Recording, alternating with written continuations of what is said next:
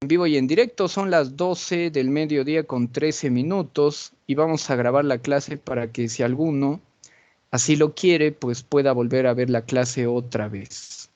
Como miramos el puntito rojo en la parte de arriba, eso significa de que la clase ya está siendo grabada.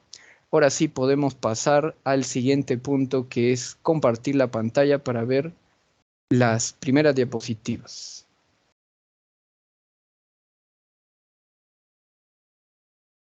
Que las tenemos por aquí.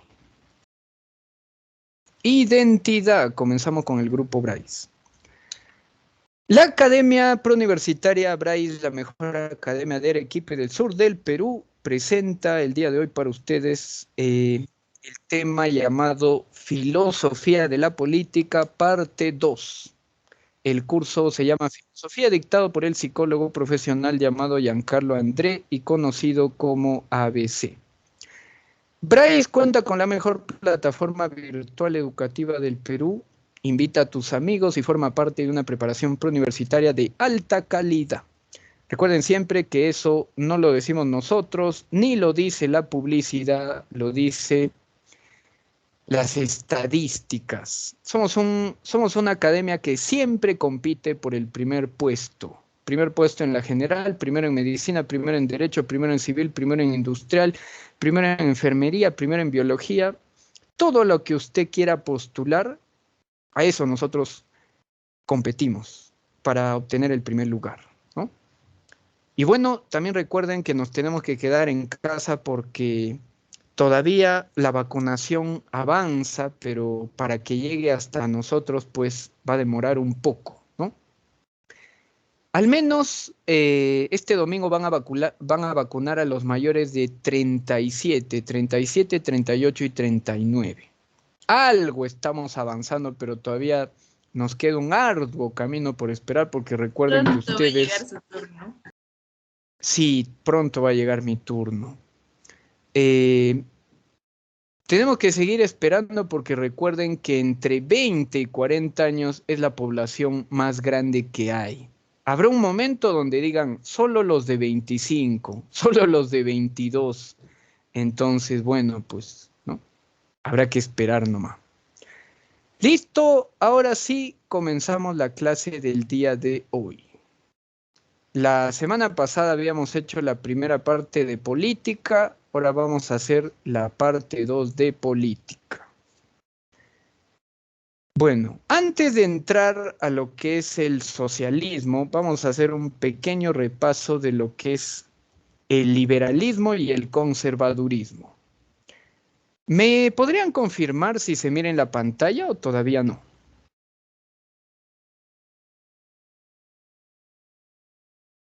Toc, toc. Se ve, profesor.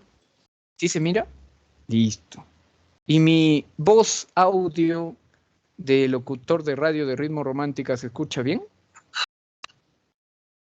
Sí se escucha bien, pero no tiene voz de locutor. Sí tengo voz de locutor, por más que no lo acepte. Ya, sigamos acá. Liberalismo.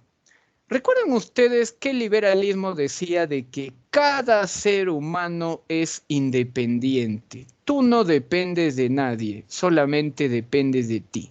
Además, el liberalismo decía de que los humanos somos envidiosos, ¿no?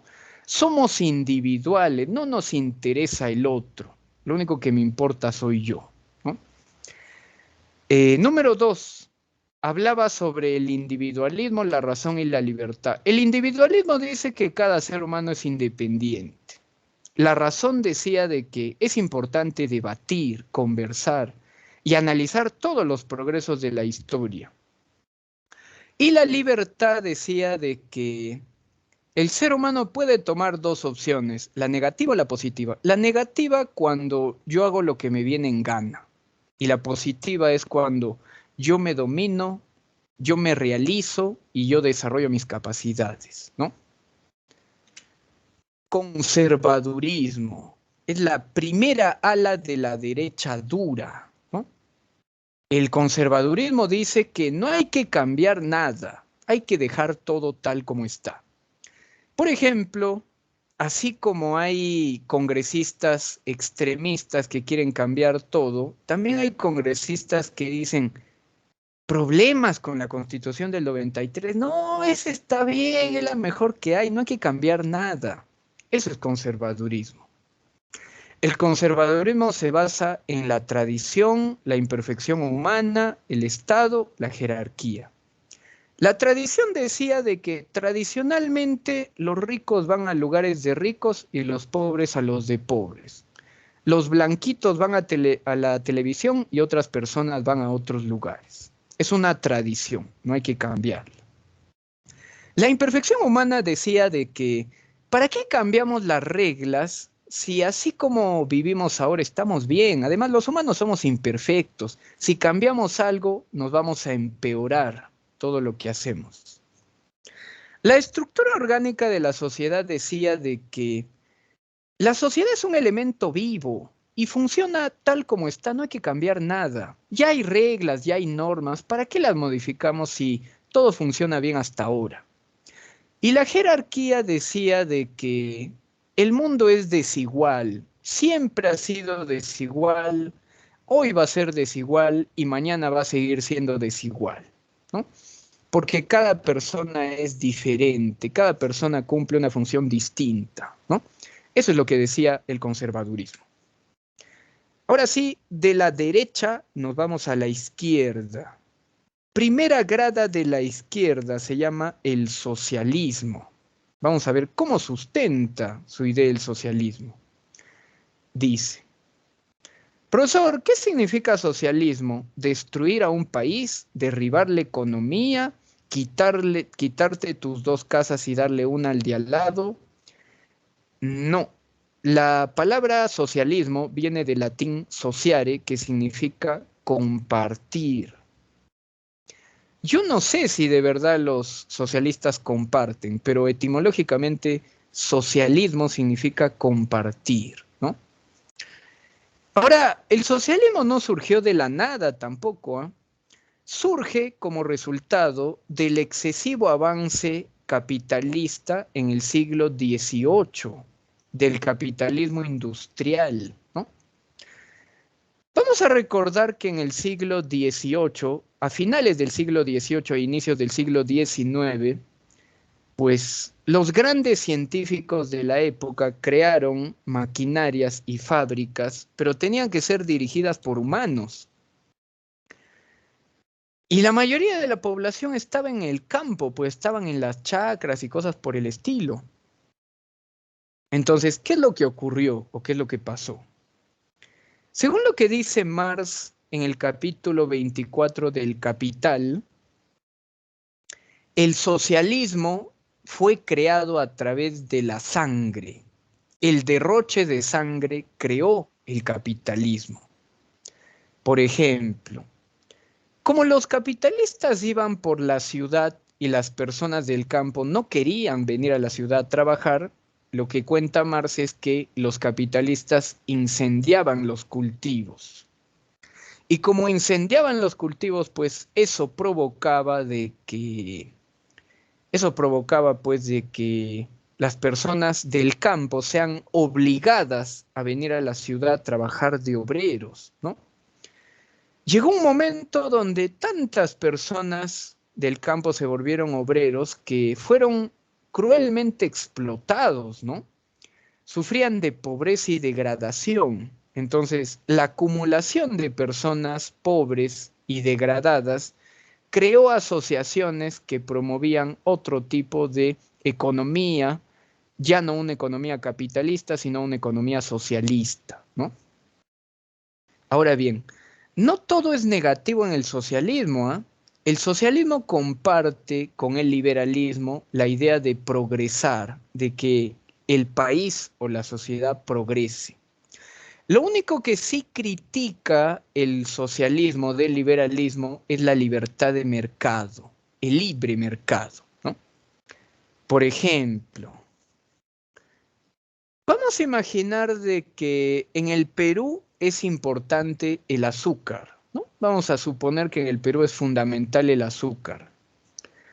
Pero el 95% de azúcar, imaginemos, proviene de afuera y el 5% proviene de adentro. ¿Eso qué genera o eso qué provoca? Que si en algún momento al exterior le da la gana de subir el precio del azúcar, lo sube y el Estado no puede hacer nada, porque hay un libre mercado, ¿no? El libre mercado provoca de que el empresario extranjero o el empresario que, bueno, acumula mucha riqueza, en el momento que él quiera sube el precio y somos los que consumimos el producto, los que pagamos pato, ¿no? Si le queremos decir así, ¿no? Entonces, eso es lo que critica el socialismo del libre mercado. El Estado no puede controlar algo. Cada vez que en el capitalismo hay crisis y los precios aumentan, el Estado, ¿qué puede hacer? Nada, ¿no? Absolutamente nada, ¿no? Es como que estemos de manera presencial, por ejemplo, vamos a imaginar que antes de la pandemia ustedes pagaban 200 por mes. Entonces, regresamos al otro año y les dicen, no, no, por la pandemia todo ha subido, ¿no? Entonces ya no es 200, ahora es 250. No, está muy caro. Eh, entonces, se vuelve selectivo, ¿no? Solamente pueden ir a determinados lugares los que puedan pagar ese precio, ¿no? Por ejemplo, ya hay una propuesta formal para que algunas personas, los primeros puestos de cada colegio, puedan tener ingreso libre a la universidad. Solo que hay un problema, pues, ¿no? Obviamente el primer puesto entra. ¿Tú te imaginas la guerra que va a haber en un colegio entre el que quede segundo y el que quede tercero? Ahí va a haber una mecha de papás, ¿no?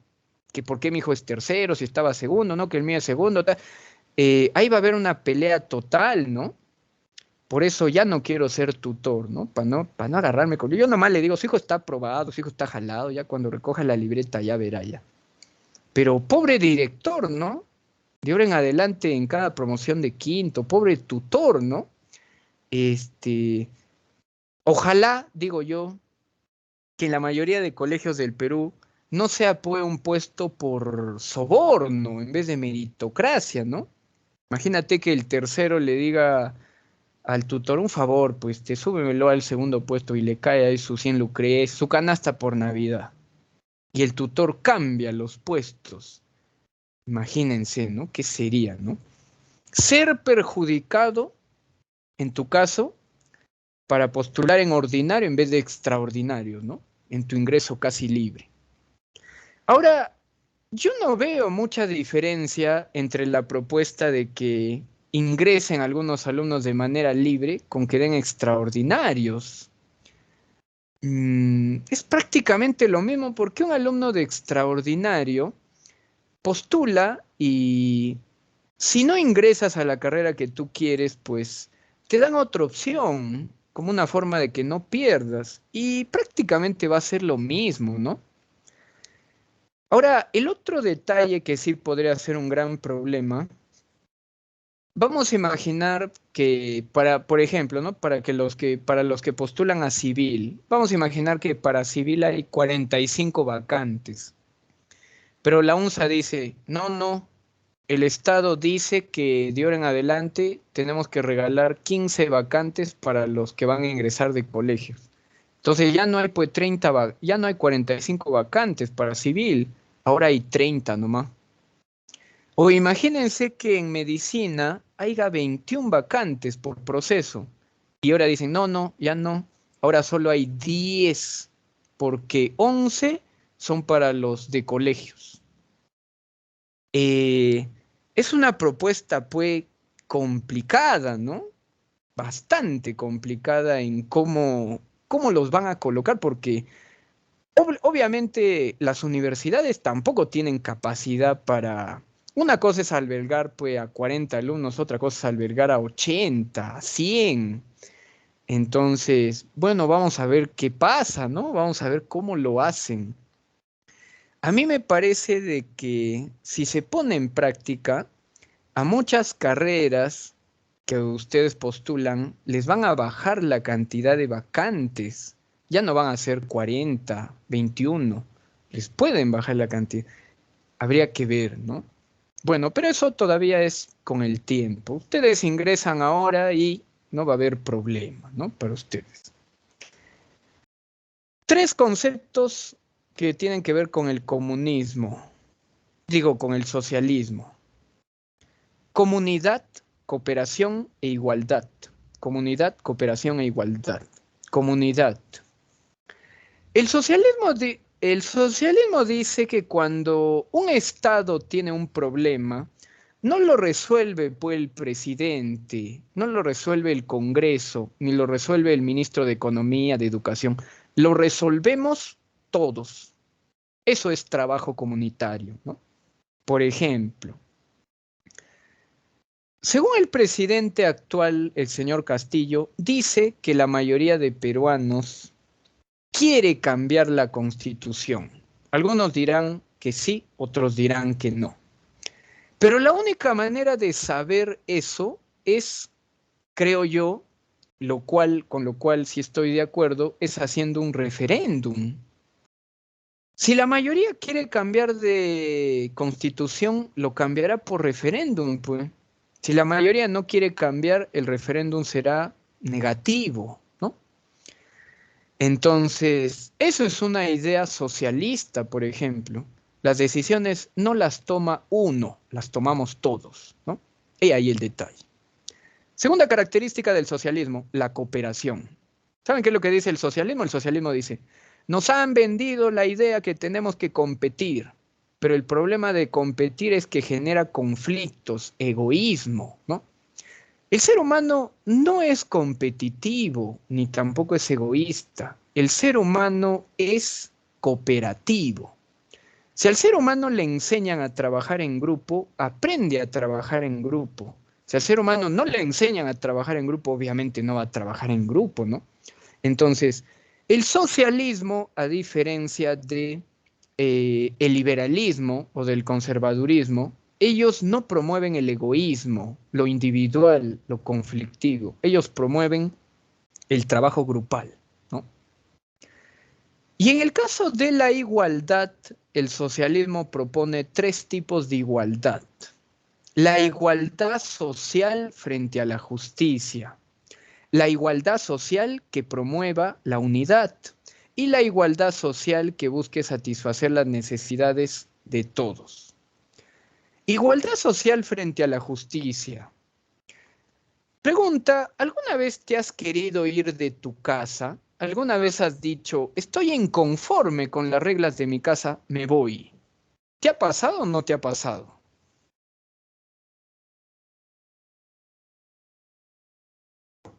Toc, toc. ¿Ninguno se quiere ir de su Sí, casa? ¿Todos profe, están casi felices seguido. en su casa? Sí, profe, sí. Una vez me pasó, profe.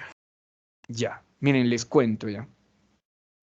Cuando una persona no está conforme del lugar donde vive, ¿qué es lo que dice? Me voy. Yo me imagino que alguno de ustedes dirá, cha, que ojalá mañana trabajar y me voy de la casa. Alquilo mi cuartito, mi cocinita esas de medio metro, mi gas y ya. Yo hago lo que yo quiera. Por ejemplo, según el socialismo, las personas en un ambiente normal, o sea, de derecha, de gobiernos liberales, neoliberales, se sienten inconformes con las reglas y eso provoca de que muchos de ellos o quieran cambiar las reglas o se quieran ir del país. Entonces, ellos promueven una igualdad social en la cual todos tengamos las mismas oportunidades. Vamos a imaginar que un rico te atropella, ¿no? Entonces tú le haces juicio al rico, pero tú eres una persona, puede, de una clase normal que no tiene pues, una economía buena, ¿no? Pregunta, ¿quién gana el juicio? ¿El rico pagando al mejor abogado del Perú o tú pagando a tu primo que sabe algo de constitución? El rico, ¿Quién profe. va a ganar el juicio? El rico. El rico, ¿no? El rico te trae al mejor abogado y va a decir de que tú te lanzaste a su carro y que él nunca te atropelló. Y te gana el juicio. Te voltea el juicio y todavía tú le pagas al rico indemnización. Eso ocurre en un país donde no hay justicia, pues dicen los socialistas. Por eso hay que buscar la justicia para todos. 2. La igualdad social promueve la unidad al vernos todos iguales. Si todos nos sentimos iguales, obviamente vamos a querer promover la igualdad, ¿no? Cuando no nos sentimos iguales, cada grupo jala por su cuenta. Por ejemplo, ¿en tu colegio se ponían de acuerdo con la casaca y la polera o cada grupo quería algo diferente?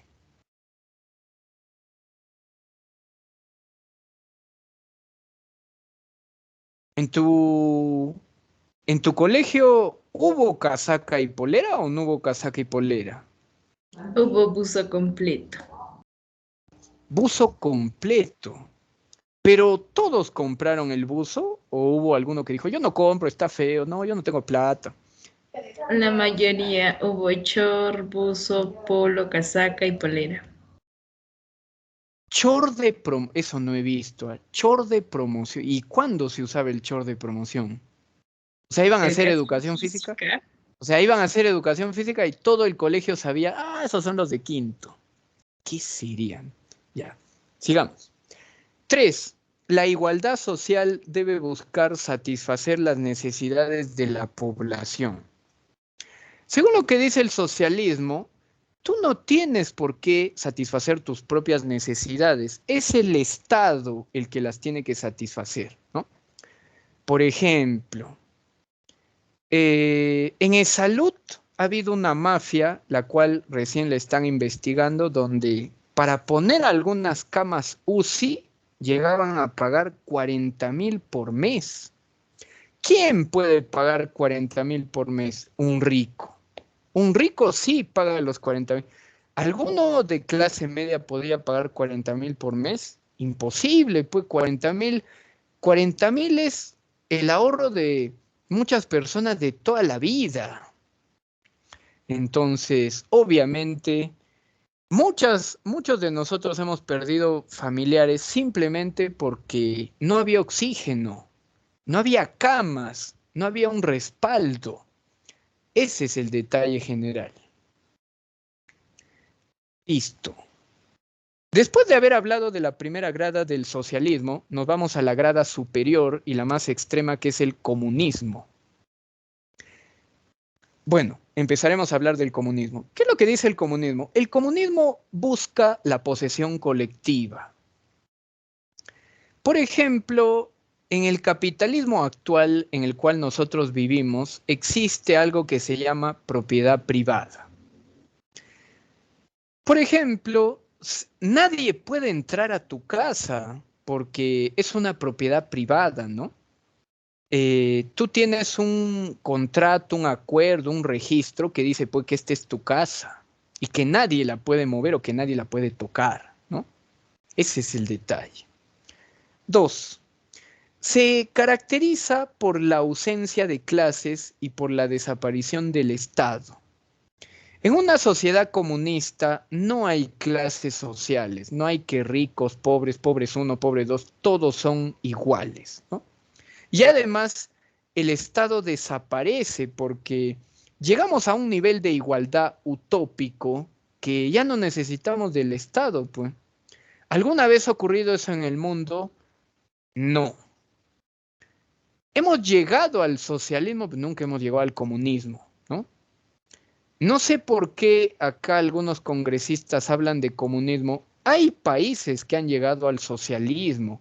La URSS, por ejemplo, Unión de Repúblicas Socialistas Soviéticas. Pero comunismo, no hay ningún país que sea comunista. Comunismo es cuando el Estado no existe. En todos los lugares del mundo existe un Estado, así que hablar de comunista es hablar de comunismo es ser revolucionarios, pues. Nunca ha pasado, en el Perú va a pasar por primera vez. El Perú va a dar el primer paso de lo que es comunismo en el mundo, ¿no? 3. El comunismo duro, ortodoxo Es un comunismo pues, que se basa en el marxismo-leninismo. En realidad, Marx era teórico, pero Lenin era práctico. Según las estadísticas, Lenin, para imponer el comunismo en Rusia, tuvo que matar 80 millones de rusos. O sea, el comunismo a Rusia le costó 80 millones de vidas.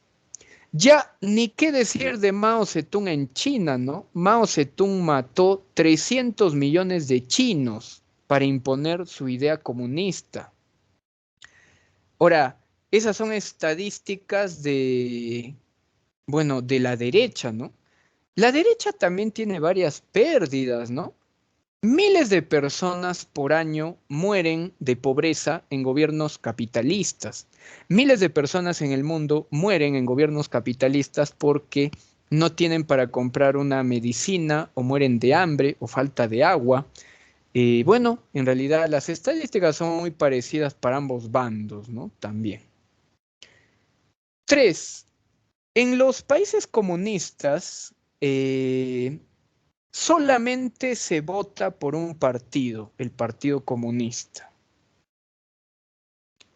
No hay, por ejemplo, en China, ¿no? Cuando tú vas a votar en China, te dan una cédula donde hay 5 partidos y los 5 son comunistas. Gane quien gane, sigue habiendo comunismo. Algo parecido ocurre en Estados Unidos. En Estados Unidos solo hay capitalismo y cuando tú vas a votar, solo tienes demócratas y republicanos. Si ganan los demócratas, sigue habiendo capitalismo. Si ganan los republicanos, igual, sigue habiendo capitalismo. Y por último, la Profe, economía se nacionaliza. Dígame. perdón que lo interrumpa, pero ¿qué son demócratas y qué son republicanos? ¿En qué se diferencian? Buena pregunta. Ahí está. Le digo la diferencia. Los republicanos son aquel tipo de grupo o bando en el cual los poderes están separados. Por ejemplo, el Perú es un país republicano. ¿Quién vigila al Congreso? El Poder Ejecutivo y el Poder Judicial. ¿Quién vigila al presidente? El Congreso y el Poder Judicial. ¿Quién vigila al Poder Judicial? ¿Quién elige las autoridades para el Poder Judicial? El Congreso y lo vigila el presidente. Eso es una república, un gobierno republicano, donde los poderes están divididos. En los gobiernos demócratas se le da más importancia a los congresos, porque en el Congreso, pues, no gobierna uno, gobiernan 200, 500 o algo así. Entonces, por ejemplo, cada vez que en Estados Unidos gana los republicanos, los 3 poderes tienen capacidad de supervisión. Cuando ganan los demócratas, es el Congreso el que tiene más poder que cualquiera de los otros 2 poderes. Al menos en las últimas elecciones han ganado más republicanos, ¿no? Como por ejemplo Barack Obama, George Bush, Donald Trump. Recién vamos a conocer cómo es un gobierno de un demócrata que es Biden, ¿no? Biden es más de un sector demócrata que de un sector republicano. Y es más, a Biden también lo tildaban de comunista o también lo tildaban de socialista, ¿no? En Estados Unidos, cuando gana Biden, hicieron una revolución peor que cuando ganó acá Castillo. Allá se metieron al Congreso, que es el Capitolio. Quemaron una parte del Congreso. Imagina, acá todavía no han llegado a eso. Acá todavía estamos en pañales, ¿no? Pero bueno, pues. Es más, ¿no? En el Perú matan una persona o 2 personas y la mayoría de presidentes cambia de opinión, ceden ante una huelga o algo así. En Colombia, que yo sepa, hasta hace un mes y medio, habían matado 50 colombianos y siguen en huelga. Al presidente de Colombia le interesa un bledo, si mueren, no mueren. Para que vean que hay otros países que son más radicales, ¿no? ¿Habrán escuchado de los talibanes en Pakistán o no? ¿Han escuchado algo de los talibanes en Pakistán? Profe. Por ejemplo, ¿quién regulaba Pakistán? Lo regulaba la ONU y lo regulaba Estados Unidos. La ONU se cansó después de 20 años de guerra, así, nos retiramos de Pakistán. Estados Unidos también dijo, mucha plata, pierdo hombre, ya me voy. Eh, el régimen talibán va a poblar todo lo que es Pakistán. Es más, ha salido una foto donde ya hay mujeres con armas y las mujeres con armas dicen, no, pues ya no vamos a regresar al machismo de antes. O morimos en la lucha o nos dejamos someter, ¿no? ¿Qué pasará con Pakistán, no? No es bueno que un país en el Medio Oriente sea totalmente terrorista, porque la palabra talibán sí es sinónimo de terrorismo, ¿eh? Si toman el poder ellos, prácticamente hablaríamos del primer país formalmente terrorista, Pakistán, ¿no? Ese es el detalle. Pasamos a la socialdemocracia. La socialdemocracia es un tipo de gobierno de izquierda moderada, racional, si lo queremos decir así. Por ejemplo, México con Juan Manuel López Obrador, México tiene un gobierno de izquierda, pero no es un gobierno pues de izquierda extrema, es un gobierno socialdemócrata, el de López Obrador en México, ¿no? Algo parecido ocurre en algunos países como Noruega, Finlandia, Suecia, ¿no? Que son países de izquierda, pero de una izquierda pues racional, coherente, ¿no? No de una izquierda socialista, comunista, ¿no? A ver, vamos a ver las características de la socialdemocracia. Primero, apoya el capitalismo, pero el Estado interviene. O sea, promueve el capitalismo, pero el Estado interviene. No es un capitalismo libre, ¿no? Por ejemplo, ¿no? En los países socialdemócratas, las empresas extranjeras tienen la libertad de venir a vender sus productos y todo lo demás, pero en momentos de emergencia el Estado puede comprar acciones para que no se desborden los precios y cosas por el estilo, ¿no? Por ejemplo, el ejemplo del pan que va a ocurrir acá en Perú. Creo que vamos a llegar a un momento donde ya no vamos a comprar pan, ¿ah? En este momento compramos 4 panes por $1. Dicen que desde la otra semana puede subir el precio del pan a 3 por $1.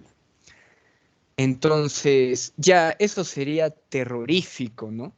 Ahora, ¿cuál es el problema? El problema es el presidente, el problema es el dólar, el problema es el ministro de Economía. No, el problema es que en los últimos 30 años se privatizó toda la industria de harina en el Perú. Entonces, toda la harina que traemos viene de afuera. Y si afuera le da la gana de subir el precio, simplemente lo sube y los perjudicados somos nosotros, pues porque el Estado no puede hacer nada. ¿Qué puede hacer el ministro de Economía? Nada, prácticamente, ¿no? Si hay acuerdos, tratados, lo único que podría mejorar un poco es que se nivele el dólar o algo así, pero obviamente que se nivele el dólar no provoca, antes de que el dólar suba, ya el pan estaba a 5 por $1. Entonces, además, el dólar sube poco a poco, pues. Antes de las elecciones el dólar estaba en 3.60, 3.70. Nos metieron el cuco de que estaba a 3.80, que son como, no sé, 10 céntimos más. Ahora es verdad, ahora está en 4, 4.10, pero eso pues no provoca que suba tanto el pan, ¿no? Eso ya es más, eso proviene en realidad de la pandemia. La pandemia que quebró muchos negocios, la pandemia que hizo que algunas personas perdieran el trabajo, provoca de que ahora los empresarios de otros países quieran recuperar todo lo que han perdido y le suban el precio a todos los productos. Y eso no lo notábamos porque de todas maneras había una subvención en la primera etapa del señor Vizcarro, la primera etapa del señor Sagasti, y yo me imagino que ya no quiere subvencionar Castillo y eso provoca de que todo tenga el precio real que habíamos vivido engañados, ¿no? Entonces no nos queda de otra, pues comeremos cocoa sin pan, pues, leche sin pan, ¿no? ¿O aprenderemos a hacer pan en nuestra propia casa? ¿No? Bueno, habrá que aprender, ¿no? 2.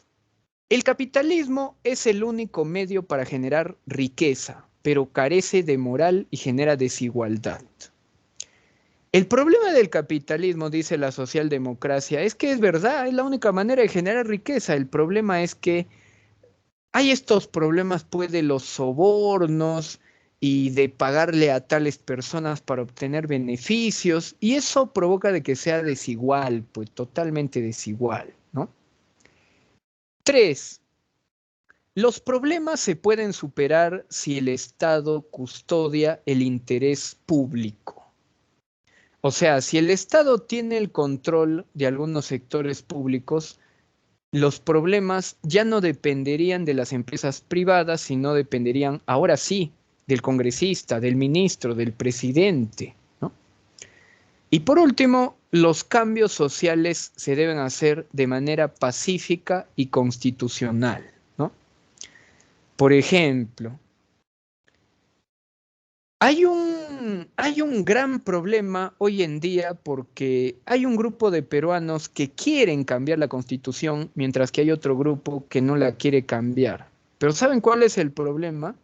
En la Constitución del año 93 no hay un mecanismo preciso de cómo se cambia la Constitución. No existe. Entonces, ¿cuál es el problema? Cada sector lo interpreta a como mejor le convenga, pues. De repente los de derecha dicen, no, no se puede cambiar la Constitución. Y los de izquierda dicen, no, vamos a recolectar firmas. Y si obtenemos el número adecuado, ¡plag!, lo cambiamos. Ese es el detalle, pues no hay un mecanismo de cómo se cambia, ¿no? Ese es un problema ahorita en la Constitución del Perú, por lo menos, ¿no? Listo. Y para terminar el tema del día de hoy, solamente me faltaría hablar de la derecha extrema. Así como la izquierda extrema es el comunismo, la derecha extrema es el fascismo, ¿no? Y eso es lo que vamos a ver ahora. ¿Qué significa la palabra fascismo? Significa nación unida. Nación unida buscando un objetivo. Eso significa la palabra fascismo. Por ejemplo, el individuo por sí solo no es nada, debe ser absorbido por el grupo. O sea, tú solito no vales. Lo que vale es lo grupal, ¿no? Por ejemplo, si alguno de ustedes sale a hacer huelga, un policía viene y en primera te agarra y te manda a la comisaría por revoltoso. Pero a ver que salgan a la calle, a protestar 10.000, imposible, pues no te van a agarrar nunca, ¿no? Entonces, esa es la gran diferencia, ¿no? Al fascismo no le interesa lo individual, le interesa lo grupal. El grupo es lo que vale más que lo individual. El fascismo busca un hombre nuevo, dedicado a dar su vida por su raza, por su nación y a la obediencia incondicional de un líder. Podemos recordar dos ejemplos de fascismo, ¿no? El que hubo en Italia con Mussolini y el que hubo en Alemania con Hitler. Pero hay que tomar en cuenta dos detalles, ¿ah? Cuando Mussolini toma el poder en Italia, Mussolini toma el poder porque Italia estaba en crisis, estaban disconformes con los gobernadores que tenían. La derecha radical promovía que salgan a las calles a hacer huelgas, a quemar cosas, a provocar desorden. Y después de, no sé, pues secuestrar al presidente o quemar el Congreso en Italia, pusieron en el poder a Mussolini. Algo parecido pasó con Hitler, ¿no? Alemania estaba en crisis y la crisis en Alemania provocó de que eligieran a un radical como cónsul que era Hitler, ¿no? Ese es el detalle. Entonces, hay que tener cuidado también con las huelgas extremas, ¿ah? Porque las huelgas extremas nos pueden poner un fascista en el poder. Y acá tenemos hartos fascistas que no les interesa nada el país, ¿no? Ahora, dos tipos de fascismo histórico. El fascismo italiano con Mussolini y el fascismo alemán con Hitler. Bueno, empezamos por Mussolini. El fascismo italiano lo que promovía es un estatismo extremo y una lealtad absoluta a un líder, en este caso Mussolini, ¿no?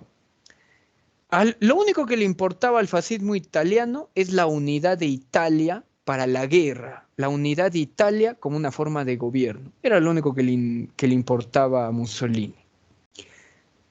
No tan parecido y muy diferente al fascismo alemán, que es también llamado nazismo, ¿no? En el cual ya se promueve la teoría de una raza superior, la raza árida. Y además se promovía abiertamente el antisemitismo. Toda persona que era judía tenía que ser torturada, castigada o muerta. Y además hay razas. La raza árida es la raza que merece todo. Las demás razas que sean sometidas a los blancos áridos. Ahora bien, tres ideas del fascismo. Primera idea del fascismo, la antirracionalidad. ¿Qué significa la antirracionalidad? Las personas inteligentes y las personas chanconas no sirven. Los únicos que sirven son los activos, los que pueden luchar. Eso quiere decir que un soldado es mejor que tú. Tú eres una persona inteligente, ¿no? Sabe la mayoría de ciencias, pero para el fascismo un inteligente no sirve. Lo único que sirve es alguien que haga huelgas, alguien que salga a la calle, alguien que sea rebelde. Esos son los que sirven. Los inteligentes no. Dos, la vida intelectual quedó devaluada y desprestigiada. Los inteligentes no sirven, los únicos que sirven son los activos, ¿no? Y tres, la propuesta estimula tu lado emocional y tu lado instintivo, ¿no? Tú vas a ser un valiente mientras tires piedras, quemes llantas, apedrees ciertos lugares, ¿no? Eso es lo que une al país, decían los fascistas. Dos, la lucha. Toda guerra dentro o fuera del país es positiva. Los hombres hemos nacido para la guerra. Los hombres no hemos nacido para estar en un escritorio, para ser pacíficos, no. Los hombres hemos nacido para combatir. Es más, hasta podría sonar machista porque ellos decían, el hombre es para la guerra como la mujer para la maternidad, ¿no? He ahí el detalle. Dos, solamente se glorifica al fuerte y al que tiene poder, a los débiles no. El fuerte tiene que ser alabado, glorificado. Mientras que toda debilidad o toda incapacidad tiene que ser exterminada. Si tú naciste ciego, mueres. Naciste sordo, mueres. Naciste con algún problema de salud, mueres. Solamente necesitamos fuertes, nada más. Y por último, la última idea de los fascistas es el ultranacionalismo. ¿Qué es lo que dice el ultranacionalismo? El nacionalismo fascista no respeta las culturas, solo respeta la idea de superioridad. ¿Quién está abajo de nosotros? Chile. Somos superiores a Chile, hay que invadirlo. ¿Quién está en un costado de nosotros? Bolivia. Somos mejores que Bolivia, hay que invadirlos. ¿Quién está al otro lado? Brasil. Tenemos más ejército que Brasil, hay que invadirlos. Esa es una idea fascista. Acá lo que importa es quién es superior, no la cultura, no la raza. Dos, la principal idea fascista no es promover el patriotismo, sino el ultranacionalismo extremo, donde se crea un fanatismo de grandeza hacia el país. Naciste italiano, naciste alemán, eres el mejor del mundo. Tienes que luchar para demostrarle a los demás que eres el mejor. No tienes que quedarte sentado mientras que los demás creen eso. Tienes que salir a la guerra, a la lucha, al combate para demostrarles que eres superior. Y por último, quiebran la moral y buscan el resurgimiento de sus épocas de antaño. Buscan que su sociedad se renazca otra vez. ¿Qué decían los italianos? Nosotros descendemos de los romanos, la cultura más grande que hubo en el mundo. Hay que regresar al Imperio Romano. Los alemanes decían, hemos tenido una primera Reich, segunda Reich. Hitler dijo, yo voy a fundar el tercer Reich, ¿no? Para demostrar que los mejores del mundo son los alemanes, ¿no? Esas son las ideas de los fascistas. Hay que tener cuidado con las huelgas, ¿no? No nos vamos a volver de comunistas, no nos vamos a pasar a fascistas también. Listo. Antes de que termine la clase, ¿tienen alguna pregunta o alguna duda? Profe, ¿el fascismo es derecha extrema o izquierda extrema? Derecha extrema. Así como el comunismo es izquierda extrema, el fascismo es derecha extrema. ¿Sabes quiénes promueven el fascismo? Las personas que tienen grandes riquezas. Ellos son los que te movilizan a la huelga, etcétera, etcétera. ¿Alguna otra duda o alguna otra pregunta? No. Vamos al chat. Les voy a poner en el chat la práctica de la semana pasada que tiene que ver con política parte 1. Hoy día hemos hecho política parte 2. Para la segunda parte, la próxima semana les traigo otro formulario. Bueno, eso sería todo. Cuídense mucho y nos vemos la próxima semana. Chau, hasta luego.